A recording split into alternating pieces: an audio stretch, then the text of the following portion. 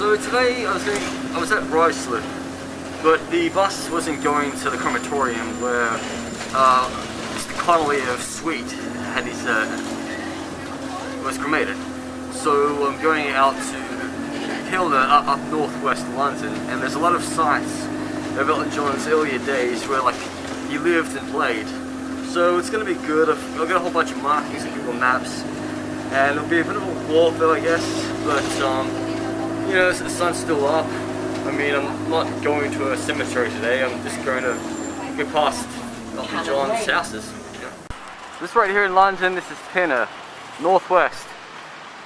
Up this road, that way, is where Elton John was born. So we're just going to wait for the bus to get up there, so I don't have to walk all the way. So right now I am in walking distance of 55 Pinner Hill Road, the house where Elton John was born in 1947. And now today it was all going to be about Sweet, but this bus has taken me to the birthplace of Elton John. So let's all make it a vlog about Elton John, since there's so many historic sites in this area that has to do with his early stages of his life. So anyway, I've been listening to Elton John music since I first discovered him in 1997. Basically, you know, it was the year he turned 50, and then it was the year when Princess Diana died, and he sang at her funeral, and it was the year that that fashion designer was murdered in Miami, and he also attended the funeral. So, but then, it took me like many years to realize that Elton John has influenced a lot of the glam metal bands in the 1980s and onwards.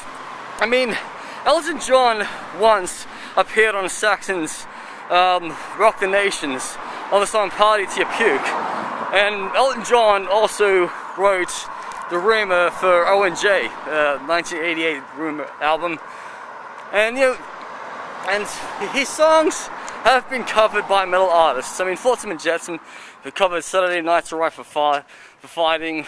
I'm pretty sure Ingrid Malmsteen would have done an Elton John song in his career, you know. But I actually watched the movie Rocket Man last year when I was on the flight from Paris to French Guiana. And I watched it and it was like really just mind-blowing and all. But it just tend to focus on like a lot of negative shit. And like the movie ends, like it doesn't really end like in the happier part of his 90s, in the 90s when he's like, you know, sold 17 million copies of Candle in the Wind, a remake. It just like ends where basically, oh, he gets out of rehab and that's about it. So here it is, 55 Pinner Road. This is the house where Elton John lived from 1947 until he was like, he moved out when he was like 15. So that would have been until like the early 60s. So he lived in this area, and then like his family moved like near Watford. I think that's what I was reading. So yeah, so this is where Elton John learned to play the piano. Like I'm pretty sure he had a piano in that house. Pretty certain.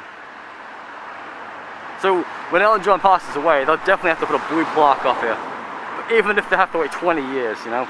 So anyway, the house I just visited right then, that's not really the house Elton John was born at.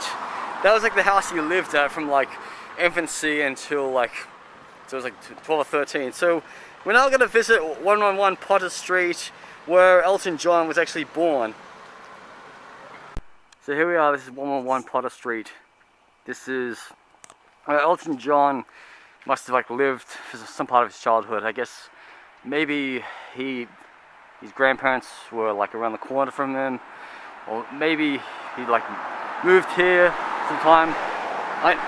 I'm getting like mixed results about like when and where he was born. I mean, if some people on the internet say this is his birthplace, then maybe it is his birthplace and all. I mean, it is 111.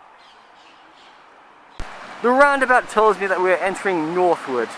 So this is where Elton John spent a bit of his early years playing in pubs in this area. And there's actually a venue nearby that has a plaque to commemorate his early years. Here we are.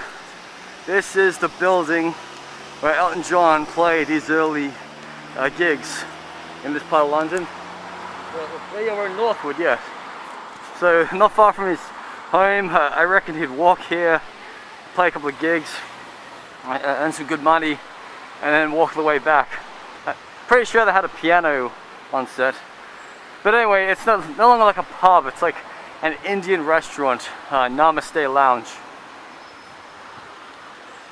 And right there's a plaque to commemorate Elton John. See, there it says, Sir Elton John, CVE, first gig here in 1962. Presented to the Northwood Hills PRS Music Heritage Awards. So this had only been up for a couple of years, I think since like 2013 or prior to that. Yeah, it's quite iconic for me, a music fan, to be standing here where Elton John, he was like aged 15, played his first gig right here in this part of London. So if you ever go to London and you want to see Elton John historic sites, check out Pinner and Northwood Hills. I guarantee you're going to love it.